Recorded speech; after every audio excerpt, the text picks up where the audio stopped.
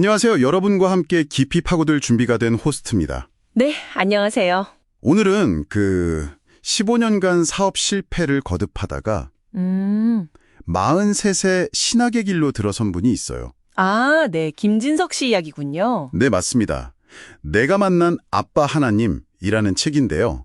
이분의 개인적인 기록을 좀 들여다보려고 합니다. 네네. 이 책은 그러니까 저자가 자기 삶에서 겪은 여러 힘든 일들, 고난들이 있잖아요. 그쵸, 많았죠. 이걸 다 아빠 하나님의 직접적인 메시지, 어떤 사인이다. 이렇게 해석해 나가는 과정이에요. 맞습니다. 그게 이 기록의 아주 핵심적인 부분이죠. 그래서 저희 이번 딥다이브의 미션은 바로 그 독특한 해석 방식, 그리고 그 과정에서 나타난 결정적인 순간들을 좀 살펴보는 겁니다. 네, 흥미로운 지점은 저자가 반복되는 실패나 고난, 심지어는 뭐랄까 좀 개인적인 약점이나 당혹스러운 우연 같은 것까지도요. 네네. 이걸 하나도 놓치지 않고 다 자기를 인도하는 하나님의 세밀한 증거다. 이렇게 받아들인다는 거예요. 아, 모든 걸 다요? 네. 그러니까 단순히 이런 일이 있었다 하고 나열하는 게 아니고요. 그 사건들 속에서 어떤 하나님의 음성이나 계획을 발견해내는 그 과정 자체가 이 책의 중심 서사인 거죠. 그렇군요. 근데 재밌는 건 저자가 처음부터 목회자가 되려고 했던 건 아니라는 점이에요. 맞아요. 엄청 꺼렸다고 하죠. 네.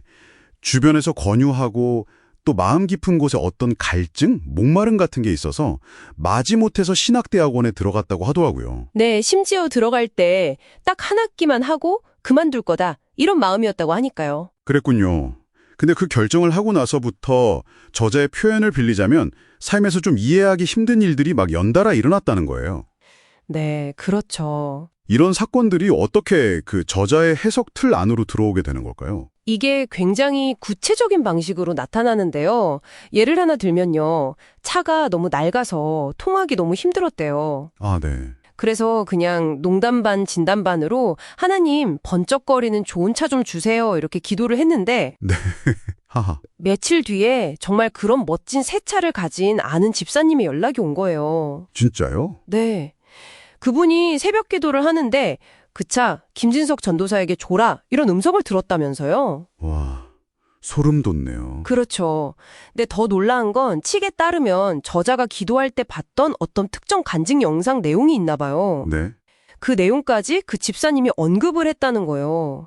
그러니까 저자는 이걸 뭐 단순한 우연이 아니다, 이건 명백한 사인이다 이렇게 확신하게 된 거죠. 와, 기도 내용이랑 현실에서 일어난 일이 그렇게 구체적으로 딱 맞아떨어진다고 저자는 받아들인 거네요. 네, 바로 그거죠. 이런 재정적인 부분에서의 쌓인 이야기로 좀 반복되는 것 같은데요? 맞습니다.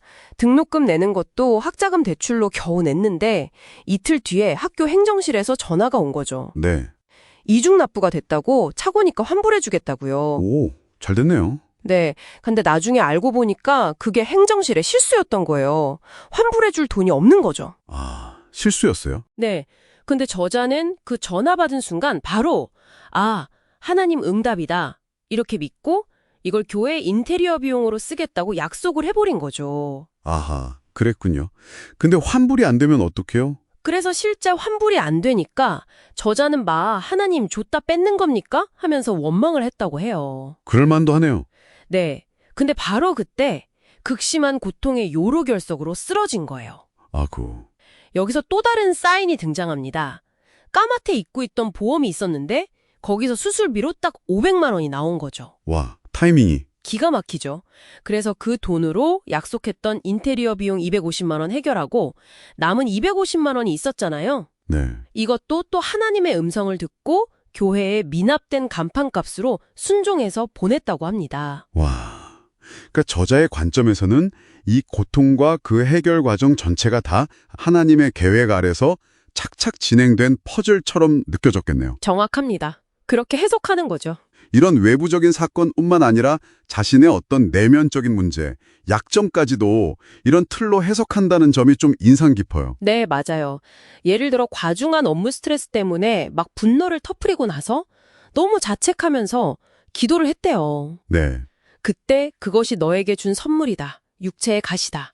너를 교만하지 않게 하려는 거다. 이런 음성을 들었다는 거예요. 아, 육체의 가시 성경에 나오는 그 표현이군요. 네, 맞습니다. 보통 이제 하나님이 겸손하게 만들려고 허락하시는 어떤 약점이나 시련을 의미하는데요. 그렇죠. 저자는 이걸 통해서 자기의 그 불같은 성격조차도 자기를 낮추기 위한 하나님의 선물이고 배려였다, 이렇게 깨달았다고 고백해요. 자신의 약점마저도 긍정적인 의미로 재해석하는 거죠. 그래서 이런 경험들이 쭉 쌓이면서 교회 개척 과정에서도 비슷한 패턴이 나타나는 거군요. 네. 자신의 계획, 예를 들면 빛가람 광야교회라는 이름을 짓는다거나 직접 봐둔 상가 위치 같은 게 다 막힐 때마다 좌절하는데 그렇죠. 그때마다 결국 매 교회는 내가 세운다는 어떤 하나님의 뜻, 그 메시지에 항복하게 되고 그러면 신기하게 길이 열렸다는 거죠. 그렇습니다. 책에는 그런 사례들이 계속 나와요.